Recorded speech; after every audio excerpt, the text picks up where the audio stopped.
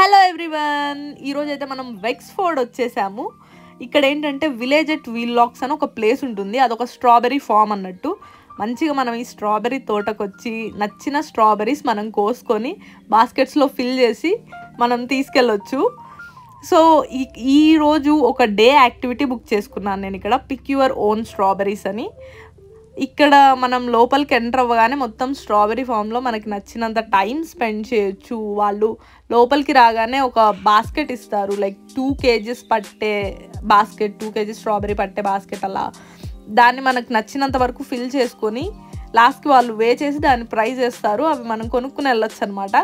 కాకపోతే నార్మల్గా కొనుక్కుని తినేది ఒక జనరల్ ఎక్స్పీరియన్స్ అయితే, మనమే తోటకెళ్ళి కోసుకొని తినడం అదొక డిఫరెంట్ ఎక్స్పీరియన్స్ కదా. సో దాన్ని ట్రై చేద్దామని నేనైతే ఇక్కడికి వచ్చాను ఈరోజు.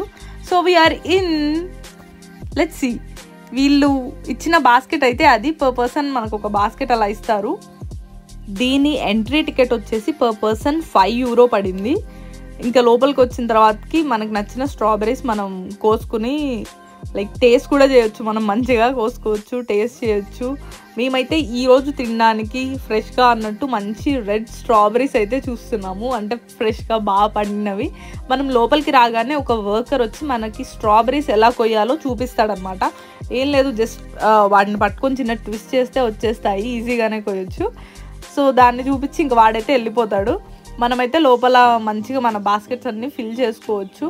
నేనైతే స్ట్రాబెరీస్ అక్కడ టేస్ట్ చేశాను. జస్ట్ ఫ్రెష్ స్ట్రాబెరీ పిక్ చేసుకుని టేస్ట్ చేయడం ఫన్, చాలా బాగుంది.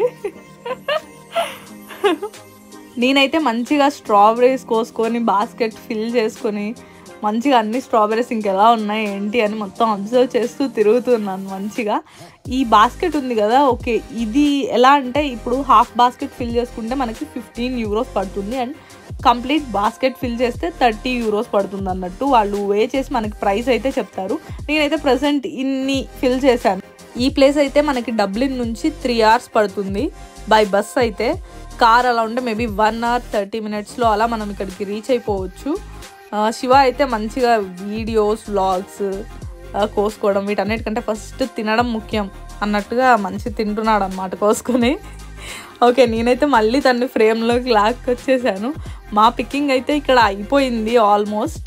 మేము అన్నీ కోసుకొని బాస్కెట్స్ అయితే ఫిల్ చేసుకున్నాము కంప్లీట్గా. ఇంకా నెక్స్ట్ వే చేయించుకుని వెళ్ళిపోవడమే.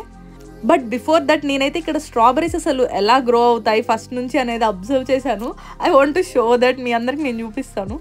ఏంటంటే ఫస్ట్ ఇలా ఫ్లవర్లా ఉంటుంది, ఆ మధ్యలో చిన్నగా ఉన్నది స్ట్రాబెరీ అన్నట్టు. అది మెల్లిమెల్లిగా పెరుగుతూ ఉంటుంది అనమాట. సో స్ట్రాబెరీ పెద్దగా అవుతున్న కొద్దీ ఫస్ట్ గ్రీన్ కలర్లో, ఇంకొంచెం పెద్దగా అయిన తర్వాత లైట్గా దానికి రెడ్ కలర్ వస్తూ ఫైనల్లీ కంప్లీట్ రెడ్ అయిపోతుంది. ఆ పైన ఆకులు ఫస్ట్ మనం చూసిన పువ్వు పెటల్స్ అనమాట. ఆ పువ్వు రెక్కలే ఇలా ఆకులు అవుతాయి లాస్ట్కి.